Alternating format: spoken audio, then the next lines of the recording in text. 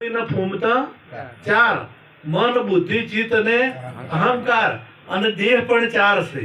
દેહ કારણ મહાકારણ સૂક્ષ્મ અને સ્થૂલ આ ચાર કારણ છે. ચાર અવસ્થાઓ છે. જાગ્રત સ્વપ્ન સસોપતિ ને તુરિયા આ ચાર અવસ્થાઓ કીધી છે. અને હમણે ગાયું તું કો કાવટીઓ અમારા ખુમાજી ગાયું તું કાવટીઓ ગાયો તો આ પોત જે કીધા ને એ પોત તત્વો આકાશ વાયુ જળ પૃથ્વી અને તેજ આ પોત તત્વો અને 25 પ્રકૃતિ 25 એક તત્વનો પોચ છે. આમાં સમજો કે આકાશનો પોચ છે. ઉંદરા આકાશ શિરા આકાશ કટિયા આકાશ આ પોચ આકાશો છે. આ પોચ આકાશો આકાશના પૃથ્વીના પોચ ભાગ છે. પછી જળના પોચ ભાગ છે. તેજના ભાગ છે. ઊંઘ ને તરસ ને નિંદ્રા ને આળસ ને એ તેજના છે. એમ 25 પ્રકૃતિ છે. એટલે પોચ 25 ના ઝઘડામાં હીરો ખોવણો કચરામાં આ પોચ અને 25 નો ઝઘડો અને એમાં પાછી તન માત્રાઓ લાગુ પડી. રૂપ રસ ગંધ શબ્દ સ્પર્શ ને વિષય આ તન માત્રાઓ લાગી પડી. એટલે કોઈ પોચ કોઈ રૂપમાં ફસાઈ જા, કોઈ રંગમાં ફસાઈ જા, કોઈ શબ્દમાં ફસાઈ જા, કોઈ વળી શબ્દમાં ફસાઈ જા. અને કીર્તિભાઈ જો શબ્દ બોલતા ના આવડે ને તો ઝઘડો ઉભો થાય. તમે મહાભારતનો દાખલો આપણે લે તો દ્રૌપદીએ કીધું કે ઓધળાના ઓધળા તો કેટલો મોટો ઝઘડો છો. તમે એક જણાને કદી ખાલી એવું શબ્દ બોલી જો ને તો તમારો ઝઘડો થાય. અને જો કદાચ ઝઘડો થયો હોય બોલતો ને એવું તો ઝઘડો મટી જાય. એટલે વાણી યાદ શક્તિ તને વિનવું લડી લડી લાગુ હું પાય. એમાં એક વાત સરસ કરી કે મૂર્ખના મુખે મશ્કરી અને નિત તારી ફરિયાદ.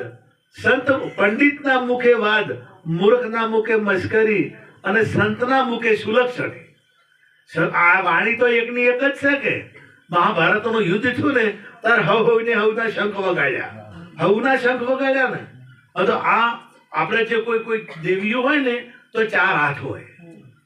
કોઈ ભગવાન ને ચતુર્ભુજ રૂપ હોય 4 હાથ બતાડ્યા તો ચારે હાથમાં એક હાથમાં કોઈને શંખ હોય, એક હાથમાં પુસ્તક હોય, એક હાથમાં કમળ હોય, એમ એક હાથમાં હથિયાર હોય. ત્રિશૂળ હોય કે તલવાર હોય કે કોક ને કોક હથિયાર.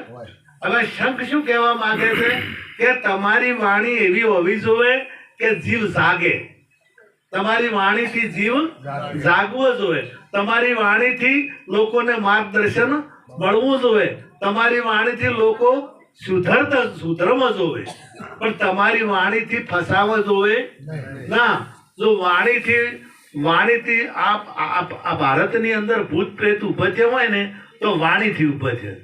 ભૂત પ્રેત ચુડેલ કે જનકો આ બધું જો ઉભે છું ને તો કેવળ વાણીમાં. તમે કોઈની નજરે જોયો કજી? કોઈને આટલા બેઠો હોય એની જન જોયો? કોઈને સુડવેલ જોઈ? કોઈને પેલી શું કહેવાય પાટિયા નહીં ભટિયા નહીં એ કોઈને જોઈ આ સુધી? એ તો કે વળજી છે. તમને વળજી હોય તો દેખાતી તો છે નહીં કજી. આ પણ આ છે કેવળ વાણીમાં છે. આ વાસ્તવિકમાં છે ને એક ભ્રાંતિ ઊભી છે, એક ભ્રમ ઊભો થયો છે. અને તમે એક શબ્દ છે ને એને તમે 100 વખત જૂઠો શબ્દ હશે અને એને 100 વખત જો બોલશો ને તો એ હાસો થઈ જાય. પેલા બકરું ચોરીને ચોર જતા હતા. પેલા બકરું લઈને ચોર જતા હતા. એટલે 2-4 જણા હોશિયાર હતા કે અનપાડા ચોર નતા ઓમ લઈને જતા હતા. વેચાતું આપણો હારો હતો પણ ચોર હતા ને એને ચૂકતી કરી કે ગમે તેમ કરીને અનુપડ આવું તો માલા થોડા ગાળે 2-4 છેતરવાના ગાળે આરે એક 4 જણા હતા એ સહી જશો ઉભા રહેશે. હજે પહેલો પેલો છો ને એટલે કે છે ભાઈ આ કૂતરો ઉપાડી દો છો તમે? બકરી છે ને તમે જો કૂતરું કહો પેલું તું બોકડીયું તેડેલું હતું કે ભલા મોણા કૂતરું છે તમને એમ લાગે છે. પેલો મશ્કરી કરે આવા જો 2-4 ક્ષેત્રમાં હેઠળ બીજો ઉભો હતો. એટલે એને કીધું કે કેમ કાકા કૂતરું ઉપાડી દો છો? કૂતરું નથી બકરી છે. એટલે પેલા હવે મને થોડોક સંશય બેઠો પેલે કીધું મને કીધું અને થોડાક આગળ ખેંચ્યા વળી અને ત્રીજો ભેળો છો કે કાકા કેમ કૂતરો ઉપાડ્યો છે. મને નક્કી થઈ ગયું કે નક્કી મારે કોક માને ભ્રમ થયો છે. આમાં આટલા બધા તો જૂઠું ના બોલે ને. અને ચોથી જગ્યાએ પેલો ભળે છે કે કેમ કૂતરું છે પડતું કર્યું. હવે હાથું ત્યાં પકડી પણ મને શેને છોડાયું વાણીમાં કે શબ્દમાં ખાલી શબ્દનો એટલે એક શબ્દ તમે જો કદાચ જૂઠો ઉપયોગ કરો તો એ હાસો થઈ જાય. અમુક ટાઈમે એ જૂઠ બોલ કરો ને બોલ વધારે 100 જણા બોલે જૂઠનું સત્ય થઈ જાય. તમારે પ્રયોગ કરવો હોય તો તમારે કોઈ ના હોય ને 10 જણા બેઠા હોય ને તમારે અમુક પ્રયોગ શીખવાડો. તમારે કહેવાના એટલું કહો તમારે તરત બીજો થોડી વાર કહે કે હોય મને મેં કરો. કોક એવો હોય છે એક આખો એમ કે કોઈ મેં કાઢું નથી કે મન તો હજી કોઈ મેં કાઢી પણ ઘણા ખરા તમારી વાતોમાં આવશે ને આવશે. એટલે વાણી એટલી તમારી એવી વિચિત્ર હોય વિચિત્ર વાણીનો ઉપયોગ કરતો ઝઘડો પણ થાય. વાણીના 9 રસ છે. ભયંકર વાણી હોય, યથાર્થ વાણી હોય, રૂચક વાણી હોય, પછી આપણે કરુણ વાણી હોય, પછી એક વાણી એવી હોય કે હુર સડે. આપણે કવિઓ બોલતા હુર સડે. તમારા તલવારો હાથમાં લઈને એવું હુર સડે. એક વાણી એવી બોલો તો રૂંગું આવે. વાણી એવી બોલો તો રૂંગું આવે.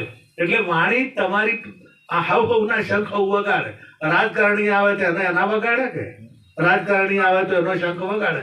એ શું કે મને હાલતું એ જ કે અને કોઈ ફેરીઓ વેસવા આવ્યો હોય તો એ વગાડે એનો શંખ. તો એ શું કે અમારું લેશું ફેરીઓ આવ્યો હોય તો. હવે એક સંત એવો છે કે તમે જાગજો. તમે જાગજો. આ નિંદ્રાથી કેટલા દાડા પ્રેમ કરશો અને કેટલા દાડા ઊંઘેલા રહેશો. એટલે જાગજો. સંત એક જગાડવાની કોશિશ કરે છે. હવે બીજું શંખ હાથમાં હોય, એક હાથમાં કમળ હોય. તો કમળ શું કહે છે કે તમે ફૂલ જેવા પવિત્ર બનો. કમળ છે ને કાદવ મરે પણ એને મેલ અડે. ભગવાન કહે છે સંસારમાં સરસો રહે મન મારી પાસ, સંસારમાં લોપાય નહીં જાણ મારો દાસ. જે ભલે સંસાર મરે પણ વિષયો મરો. તમારે કોઈ ભગવા પહેરીને જોઈ જવાની જરૂર નથી. સંન્યાસી કેને કહેવાય? વૈરાગી કેને કહેવાય? વૈરાગી એટલે જેને વિષયો પ્રત્યે રાગ નથી એમ કહેવાય વૈરાગી. જેને વિષયો ફસાયેલો નથી એને કહેવાય સંન્યાસી. એને વૈરાગી કહેવાય. તમારે કોઈ બદલીને જોઈ જવાની જરૂર નથી. હવે કદાચ હું ગમે તેવા કપડા પહેરું તો હું બદલાઈ શું કોઈ? હું તો એવો ને એવો કે તમે કદાચ ગમે તેમાં પહેરો, કાળો પહેરો, ધોળો પહેરો, પણ તમે તો એ ના કે એટલે કપડાને એને કોઈ લાગતું વળગતું અને તમે નોમ બદલી નાખો ને કોઈ લાગતું વળગતું. કારણ કે તમે તો એ ના કે તમે કોઈ બીજા બદલાવાના નથી. એટલે તમે બહાર વાળું ગમે તેમ આગા પાછું કરો પણ મોયનું ના બદલાય ને એટલે ગળા આમ કપડા બી રંગ્યા મેં તો દલડા બી રંગ્યા ના રંગ્યું મંદડા. હા મન રંગ્યા વિના કોઈ તારો ભક્તિ ભાવે નહીં. એટલે મન રંગાવું જોવે. આપણું મન ભક્તિમાં લાગવું જોવે. મીરાબાઈએ ગાયું. મીરાબાઈ ના એક લક્ષાનંદ મહારાજ નું ભજન છે